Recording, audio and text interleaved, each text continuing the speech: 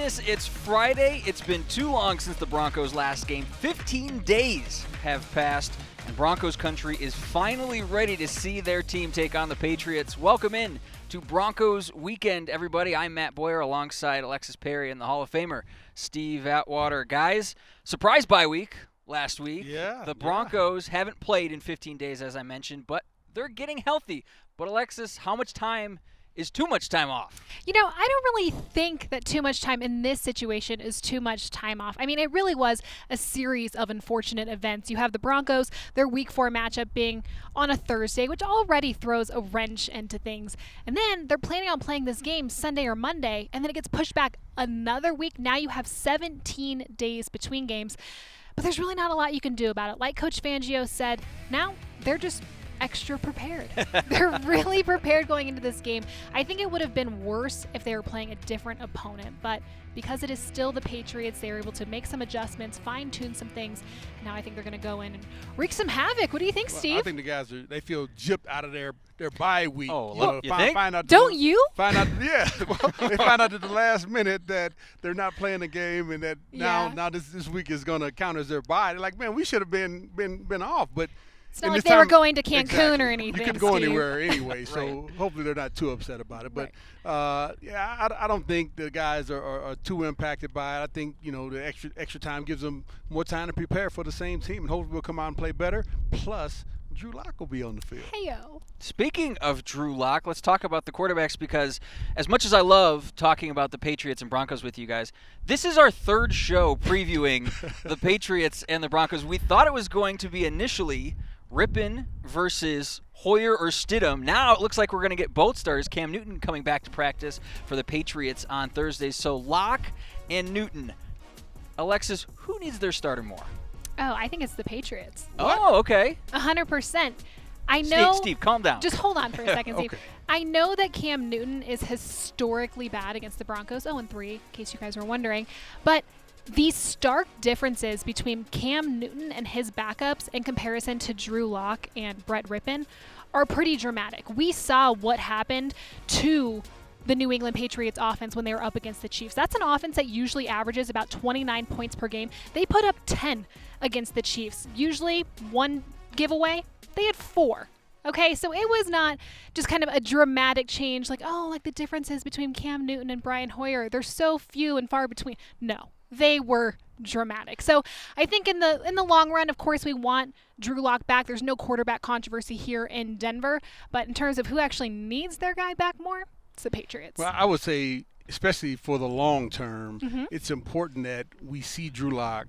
He continues to build that bond. He got in, he played, how many games did he play? Did he finish? 1.5. Really. 1.5 games. 1 1/4. Yeah.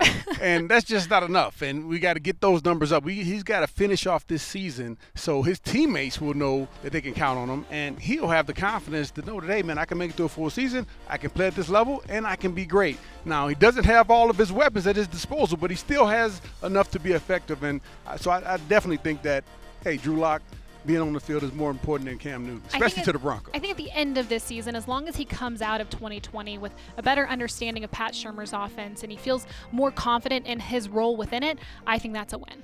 Shurmur saying this week that he doesn't want Lock to change up his style of play. Yes, he's had the injuries, but Drew Lock being Drew Lock is the best thing for this Broncos offense. You guys just mentioned the weapons. Melvin Gordon earlier this week cited for DUI in Denver, an unfortunate series of events. However, it doesn't look like the penalties will come down until the legal process has been completed in November. So Melvin Gordon going to be eligible this week, but the Broncos are also going to have Phillip Lindsay on the field. So, Alexis, I'll go to you first. Lindsay and Gordon, how do you manage the workloads? What does that mean for Phillip Lindsay this week? I think it's like everybody has been anticipating to see between the two of them this year, then we really haven't seen it a lot, is that thunder and lightning effect. I think with Melvin Gordon, and you can actually, if Melvin Gordon doesn't play for some reason this weekend, I think Royce Freeman, fills that role quite well. I think you can lull the defense to sleep a little bit with those short gains up the middle, and then you use Phillip Lindsay to come in and really highlight the Patriots' biggest weakness, and that is, covering running backs on the outside of the tackles. They have a really tough time in that situation. So you put Phillip Lindsay in that situation, get him out on the edge, let the guy go. Feed Phil, baby. Feed Phil. Feed Phil. Steve, how much are they going to have to feed Phil? Because this is a Patriots team that can be run on. Yeah, no, I agree with that. But the only thing is, Phil, he didn't play any games. Well, he played the first game. The first game got hurt. He got about a quarter, right? He got hurt in the first game,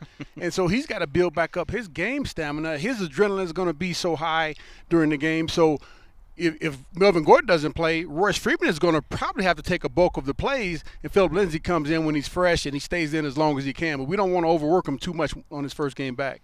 A lot of pieces that the Broncos are going to have to be juggling. We haven't seen these guys on the field altogether since week 1, so there is going to be, some type of acclimation process for sure when it comes to week 6. Let's look at the Patriots and the Broncos defenses real quick, because I know Stephon Gilmore testing positive for COVID-19 last week. He was also back at practice on Thursday, so having him back in the fold, what do you guys think? Can the Broncos throw on this secondary? Alexis, I'll go to you first. Yes, I think you they think, can. Okay. I think they can. I think, their secondary is by far their greatest strength, and that is where they have the most depth. So whether Stephon Gilmore is in or out, they have a ton of depth at that position. I think this is going to be an interesting battle between Jerry Jeudy, Tim Patrick, and of course their secondary, because there's going to be a lot of 50-50 balls thrown.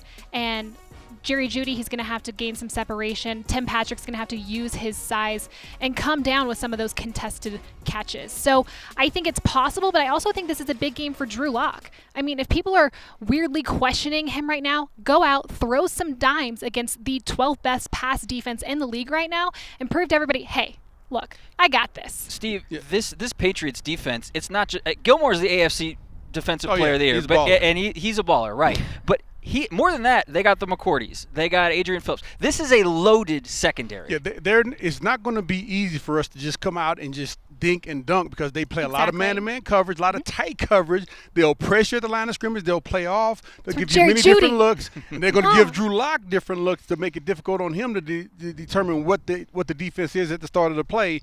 We're going to have our hands full, but I think if we're on the same page, Drew Lock talked a little bit about going to some of his reads when they're blitzing. He's able to hit the outlets, and sometimes if he's getting pressure, no one's open, getting that ball out of bounds, being a little safer with the ball. If he can implement those aspects into his game, I think that we'll be okay, and we'll get a chance to score some points on him. But it's going to be tough.